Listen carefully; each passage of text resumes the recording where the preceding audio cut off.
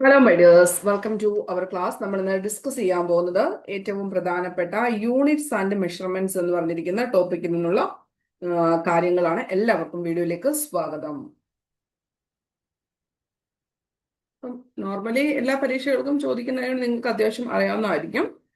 ഒന്നാമത്താണ് ഭാരം എന്ന് പറഞ്ഞിരിക്കുന്ന സംഭവം, അതായത് വെയിറ്റിന്റെ യൂണിറ്റ് എന്ത് തന്നെയാണ്? കിലോഗ്രാം ആണ്.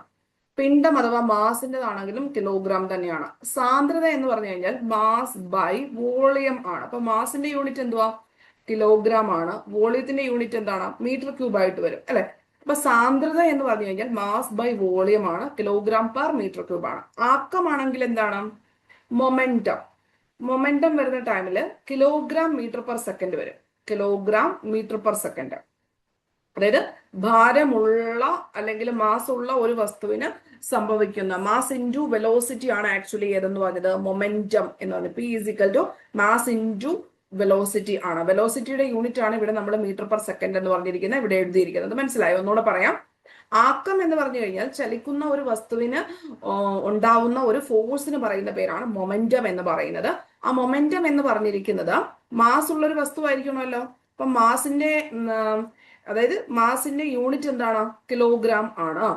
ഇനി വെലോസിറ്റി എന്ന് പറഞ്ഞു കഴിഞ്ഞാൽ പ്രവേഗം ആണ്. പ്രവേഗം എന്ന് പറഞ്ഞു കഴിഞ്ഞാൽ എത്രയാണ്? വേഗത പോലെ തന്നെയുള്ളൂ, മീറ്റർ പെർ സെക്കൻഡ്. അപ്പൊ കിലോഗ്രാം മീറ്റർ പെർ സെക്കൻഡ് ആണ് ആക്കത്തിന്റെ യൂണിറ്റ് എന്ന് പഠിച്ചു വെക്കണം. ഇനി വ്യാപക മർദ്ദം എന്ന് പറഞ്ഞു കഴിഞ്ഞാൽ എന്താണ്? ന്യൂട്ടൺ ആണ്. വ്യാപക മർദ്ദത്തിന്റെ യൂണിറ്റ് എന്ന് പറഞ്ഞിരിക്കുന്നത് ന്യൂട്ടൺ ആണ്.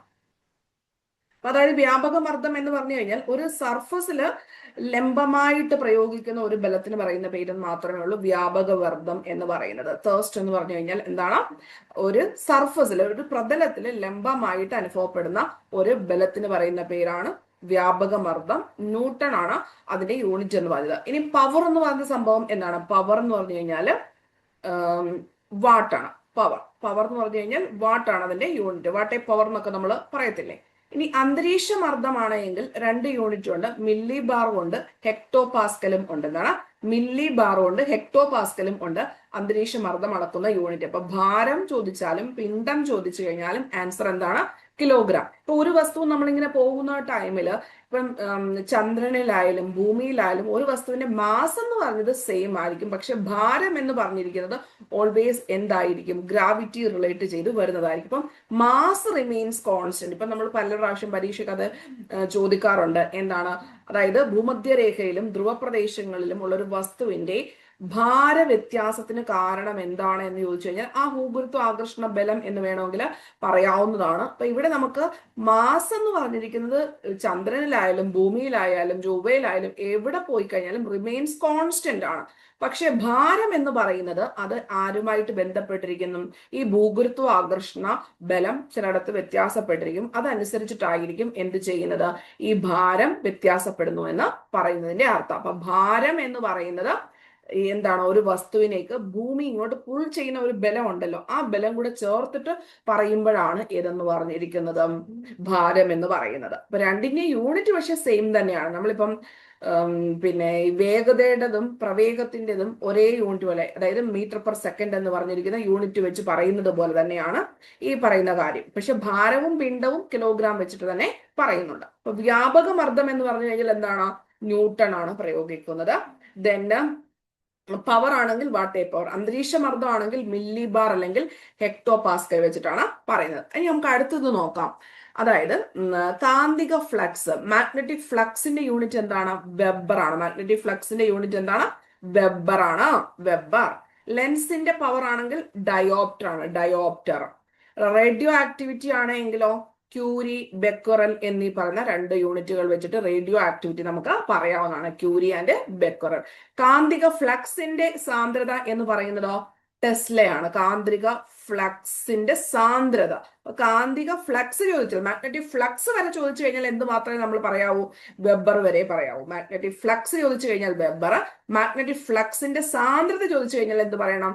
ടെസ്ല എന്ന് പറയുന്നത് മാഗ്നറ്റിക് ഫ്ലക്സിന്റെ ഡെൻസിറ്റി ആണ്. നമ്മൾ നോർമൽ ഡെൻസിറ്റി പറഞ്ഞാൽ എന്ത് പറഞ്ഞു? മാസ് ബൈ വോളിയം എന്ന് പറഞ്ഞിട്ടുണ്ട്. അതായത് കിലോഗ്രാം മീറ്റർ പെർ സെക്കൻഡ് ആണ് അവിടെ പറഞ്ഞിരിക്കുന്നത്. ഇനി കാന്തിക ഫ്ലക്സ് വെറുതെ ചോദിച്ചു കഴിഞ്ഞാൽ എന്ത് പറഞ്ഞോണം? വെബർ പറഞ്ഞോണം. അതിന്റെ ഡെൻസിറ്റി ചോദിച്ചു കഴിഞ്ഞാൽ എന്ത് പറഞ്ഞോണം?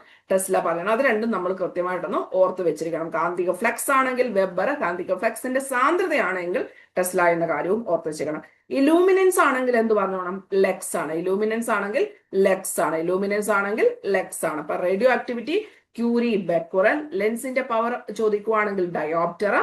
കാന്തിക ഫ്ലക്സിന്റെ സാന്ദ്രത ചോദിച്ചു കഴിഞ്ഞാൽ ടെസ്ല എന്ന കാര്യവും നമ്മൾ ഓർത്ത് വെച്ചിരിക്കേണ്ടതാണ്. ഇനി നമുക്ക് കുറച്ചുകൂടെ നോക്കാം. അതായത് വൈദ്യുത ചാർജ്, ഇലക്ട്രിക് ചാർജ് ആണെങ്കിൽ കൂളോം അറിയാമല്ലോ. ചാർജ് ആണെങ്കിൽ കൂളോം ആണ്. വൈദ്യുത പ്രതിരോധമാണെങ്കിൽ എന്ത് പറയണം? ഓം ആണ്. ഓം. വൈദ്യുത പ്രതിരോധമാണെങ്കിൽ ഓം ആണ്. റെസിസ്റ്റിവിറ്റി ആണ് എങ്കിൽ എന്ത് പറയും? റെസിസ്റ്റിവിറ്റി ആണ് എങ്കിൽ ഓം മീറ്റർ എന്ന് പറയണം. റെസിസ്റ്റിവിറ്റി ആണ് എങ്കിൽ ഓം എന്ന് പറയാം. റെസിസ്റ്റിവിറ്റി ആണ് എങ്കിൽ ഓം പറയണം. ഇനി വൈദ്യുത പ്രവാഹ തീവ്രതയാണെങ്കിൽ നമ്മൾ എന്ത് പറയണം? ആംബിയർ പറയണം. ആംബിയർ. വൈദ്യുത ചാർജ് ആണെങ്കിൽ എന്ത് പറയണം? കൂളോം ആണ്. ഇനി വൈദ്യുത പ്രവാഹ തീവ്രത ചോദിച്ചു കഴിഞ്ഞാൽ ആംബിയർ വേണം പറയാൻ. വൈദ്യുത പ്രതിരോധം ചോദിച്ചു കഴിഞ്ഞാൽ ഓം വേണം. വൈദ്യുത പ്രതിരോധം ചോദിച്ചു കഴിഞ്ഞാൽ ഓം. റെസിസ്റ്റിവിറ്റി ആണ് എങ്കിൽ ഏത് പറയണം? ഓം മീറ്റർ പറയണം. അതിനോടൊപ്പം എന്തുകൂടെ ചേർക്കണം? മീറ്റർ.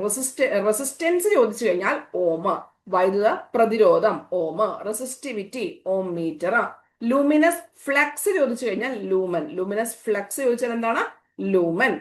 ഇനി ബ്രൈറ്റ്നസ് അഥവാ തിളക്കം ചോദിച്ചു കഴിഞ്ഞാൽ ലാംബർട്ട്. ഇപ്പുറത്തൊക്കെ നമുക്ക് ഒന്നുകൂടെ നോക്കാം. ഇലൂമിനൻസ് ചോദിച്ചാൽ ലെക്സ് വേണം. ഇലൂമിനൻസ് ചോദിച്ചു കഴിഞ്ഞാൽ ലെക്സ്. ലൂമിനസ് ഫ്ലക്സ് ചോദിച്ചു കഴിഞ്ഞാൽ ലൂമൻ. ലൂമിനസ് ഫ്ലക്സ് ചോദിച്ചു കഴിഞ്ഞാൽ ലൂമൻ എന്നും. ഇലൂമിനസ് ചോദിച്ചു കഴിഞ്ഞാൽ എന്ത് പറയണം? ലെക്സ്. ഇലൂമിനൻസ് ചോദിച്ചു കഴിഞ്ഞാൽ ലെക്സും. ലൂമിനസ് ഫ്ലക്സ് ചോദിച്ചു കഴിഞ്ഞാൽ ലൂമനും ഓർത്ത് വെച്ചേക്കണം. തിളക്കത്തിന്റെ യൂണിറ്റ് ആണ് ലാംബർട്ട് എന്ന് പറയുന്നത്. ലൂമിനസ് ഫ്ലക്സും ഇലൂമിനൻസും കൂടെ തെറ്റിപ്പോകരുത്. ഇലൂമിനൻസ് ആണെങ്കിൽ ലെക്സ് ആണ്. ലൂമിനൻസ് ആണ് എങ്കിൽ ലൂമൻ തന്നെ ഓർത്ത് വെച്ചേക്കണം. ആ രണ്ട് വേർഡ്സ് അതേപോലെ, അതായത് ലൂമിൻ, ഈ കണ്ടോ ഈ വാക്ക് അതുപോലെ തന്നെ അങ്ങ് എടുത്തെഴുതി വെച്ചാൽ മതി. ലൂമൻ. മറ്റേത് ഇലൂമിനൻസ് ആണെങ്കിൽ എന്താണ്? ലെക്സ്. ലൂമിനൻസ് ആണെങ്കിൽ ലൂമൻ. തിളക്കമാണെങ്കിൽ ലാംബർട്ട്.